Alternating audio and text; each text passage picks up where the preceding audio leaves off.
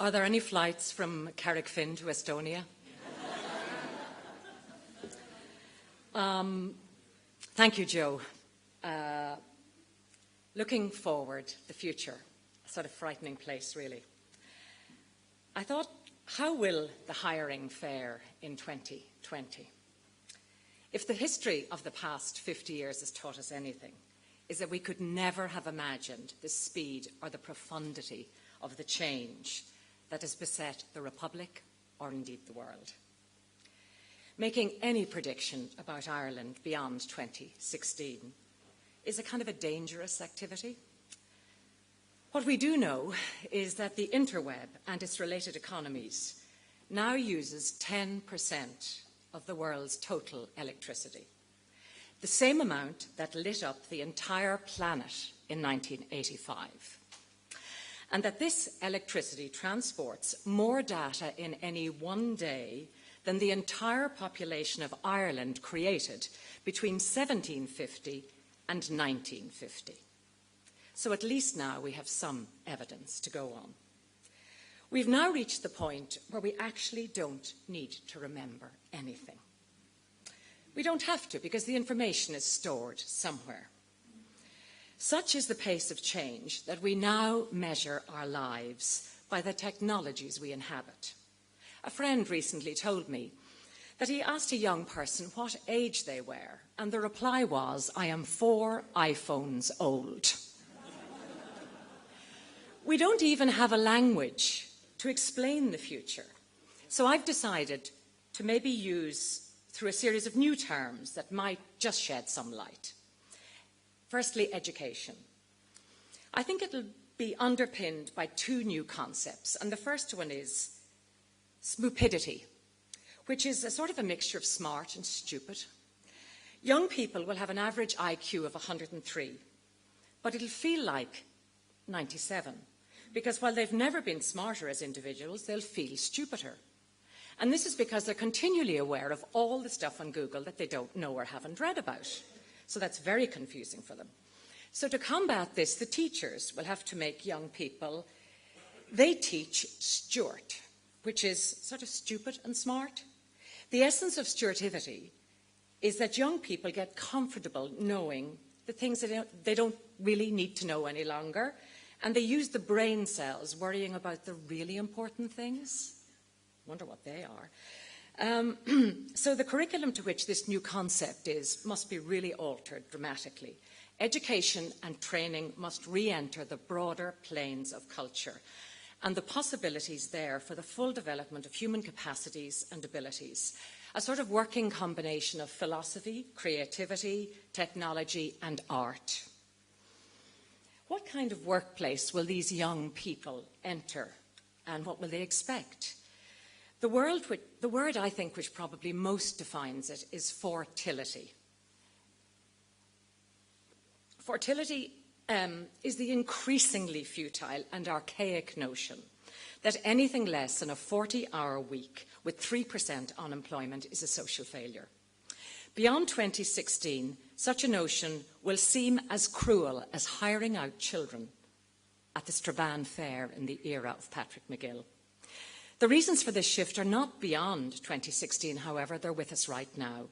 In 1954, the mathematician John von Neumann spoke of an ever-accelerating progress of technology and changes in the mode of life, which give the appearance of approaching some essential singularity in the history of the race of human affairs.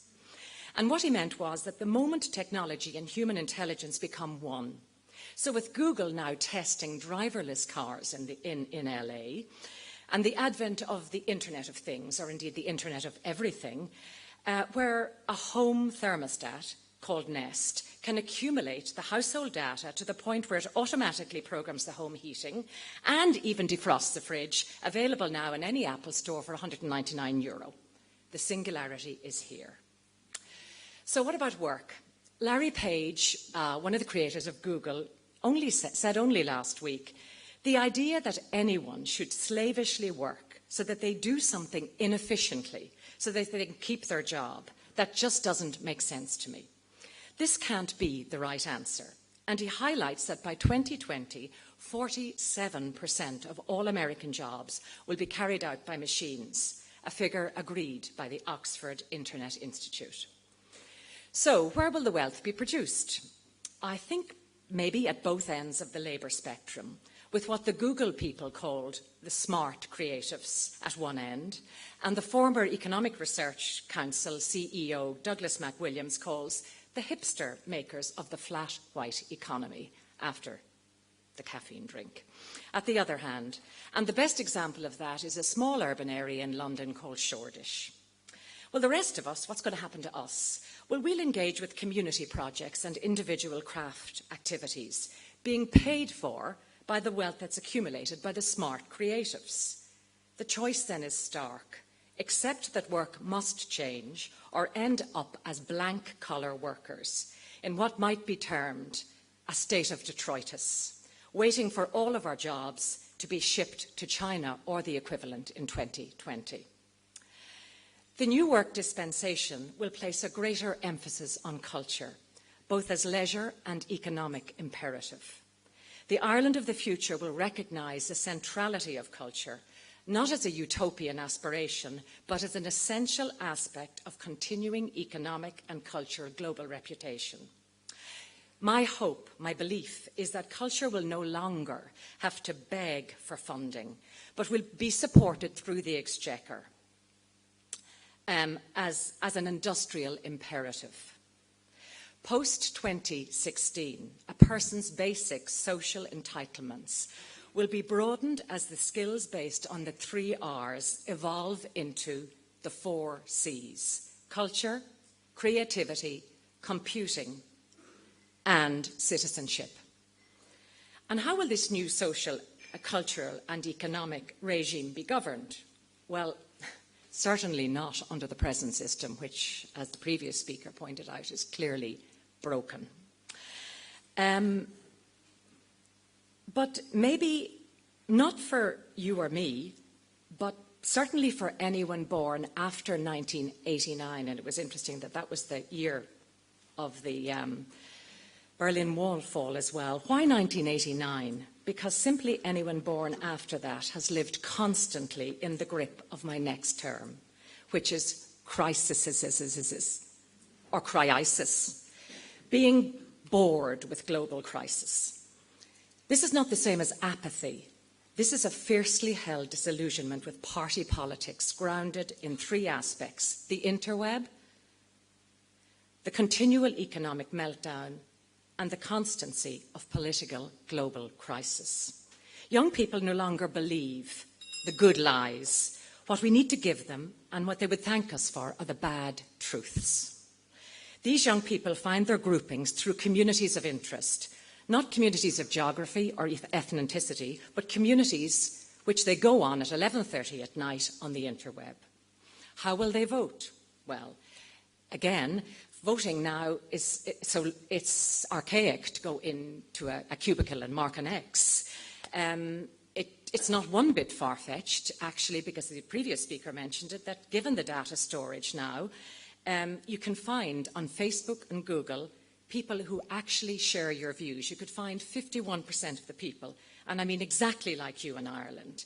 So you could all get together, form a political party, you'd win any election, and you could only question, so the only question post-election would be who would define the 51%, since no policies or manifestos will be necessary to get elected. This is the future of voting. It is essentially like dating yourself. And I think if we don't do it, it's going to happen anyway. Democracy is going to reinvent itself. Growing up in Donegal, watching Top of the Pops on TV on a Thursday night, the fights with the siblings about who would run out with the dishcloth and chase the crows off the aerial. Same time, same programme, same hour. Now we can have anything we want, whenever we want it, and wherever we want it. In terms of, we choose our own media palette and our own media landscape. That puts a huge pressure on the future of public service media. But the other thing is the relationship between our behaviour and our health and well-being. There's a a writer called Emmett, who wrote this book called 10 Billion, actually. And he says we have two choices because we drink. Let's take an example of this. It's actually quite terrifying. That bell is quite terrifying. That it takes 4 litres of water to create 1 litre that we drink out of a plastic bottle that's not recyclable. So we either have two choices: consume less or teach our children how to use a gun. So I suppose, do I think that the future is bleak? Not completely, but my 23-year-old son certainly is a lot bleaker about it than I am. We manage the technology. It's not alien, because aliens won't have a part in our future, our immediate future anyway. So I think, to finish, I will look to the poet for some solace. So hope for a great sea change on the far side of revenge. Believe that further shore is reachable from here. Believe in miracles and cures and healing wells. Thank you.